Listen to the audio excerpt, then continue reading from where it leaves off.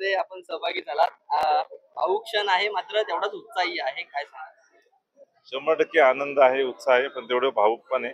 आपल्यातलाच लाडका बाप्पा हा विसर्जित होईल, त्याच्या घरी जाईल.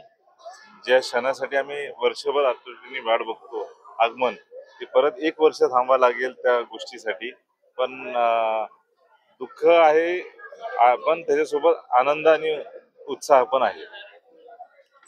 आणि यंदाचा हा गणेश उत्सव जो आहे तो खरं तर डीजे मुक्त असणारा अशा पद्धतीने तुम्ही त्याची सुरुवात केलेली आहे. काय वाटतंय यंदा तशा पद्धतीचा प्रतिसाद तुम्हाला मिळेल?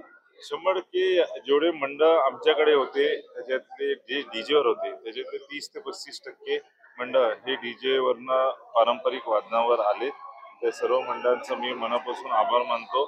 दुसरी गोष्ट, परिवर्तनाला या वर्षीपासून सुरुवात झाली आहे.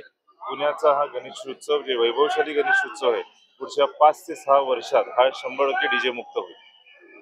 पुण्याचं वैभवशाली इतिहास किंवा एक परंपरा जी आहे ती परत आणण्यामध्ये पुनीत बालन यांना क्रेडिट दिलं जावं. मला क्रेडिट नाही, हे क्रेडिट सर्व मंडळांना जाईल जो डीजे वरनं पारंपरिक वादनावर.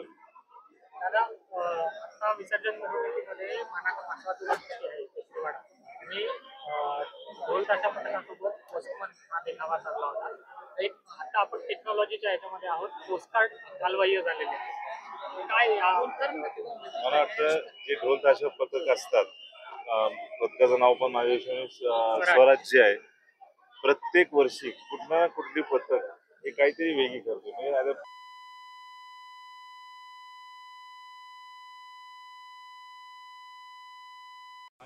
युग आहे हे, टोटल सोशल मीडिया आणि डिजिटल युग आहे. आपण विसरलो आज पोस्टकार्ड पाठवणं. तर मला वाटतं कुठेतरी हे आठवण परत की बाबा आम्ही अजून आहे जिवंत, याच्यासाठी त्यांनी ते केलं. नक्कीच, धन्यवाद. थँक्यू.